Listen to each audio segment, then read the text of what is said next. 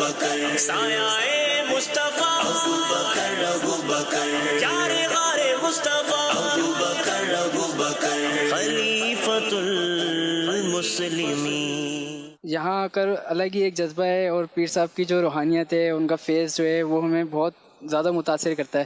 مدنی مذاکرے کے اندر بے انتہا علم دین سیکھنے کے موقع ملتے ہیں۔ میں سبھی کو یہی پیغام دینا چاہوں گا کہ یہاں آئیں اور علم دین سیکھیں، اور اپنی علاقے کی مسجدوں کو آباد کریں، نماز پڑھیں، اور جو بھی یعنی کہ مدرسۃ البالغان لگتے ہیں اس کے اندر تشریف لے کر آئیں، تاکہ غسل، وضو اور نماز کا صحیح طریقہ ان کو سکھایا جا سکے۔ ماحول یہاں بہت اچھا ہے ماشاءاللہ سے، جو باہر ممالک سے آتے ہیں یا دوسری سٹی سے آتے ہیں ان کو بہت اچھے طریقے سے یہاں پر رہائش کا انتظام کیا جاتا ہے، ان کو کھانا پینے کا اہتمام کیا جاتا ہے۔ بہت کچھ سیکھنے کو ملتا ہے، دل باغ باغ ہو جاتا ہے۔ ہم آئے بڑے خوش آئے، پورا گروپ لے کے آئے، انشاءاللہ پھر نیت کی ہر مہینے آنے کی، انشاءاللہ آئیں گے۔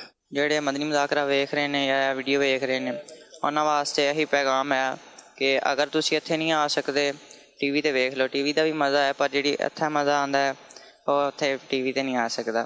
کوشش کرو ضرور ایک باری تے چکر لاؤ، پیر صاحب کی زیارت کرو۔ یہی پیغام دیں گے کہ فیضان مدینے میں آؤ، ایک بار آؤ گے آپ کا دل ہوگا انشاءاللہ۔ اللہ کی رحمت سے یہاں مدنی مذاکرے میں علم و حکمت بھری باتیں، یہاں بیٹھ کے جو ہے سکونیت کے ساتھ جو ہے لوگ سوال کر لیتے ہیں، اور پیر و مرشد جو ہے اس میں آسانی کے ساتھ قرآن و سنت کی روشنی میں جواب ارشاد فرما دیتے ہیں، اور اسی کو دیکھ کے ساتھ ہی جو ہے ہم الحمدللہ اپنی زندگی کو گزارتے چلتے آ رہے ہیں۔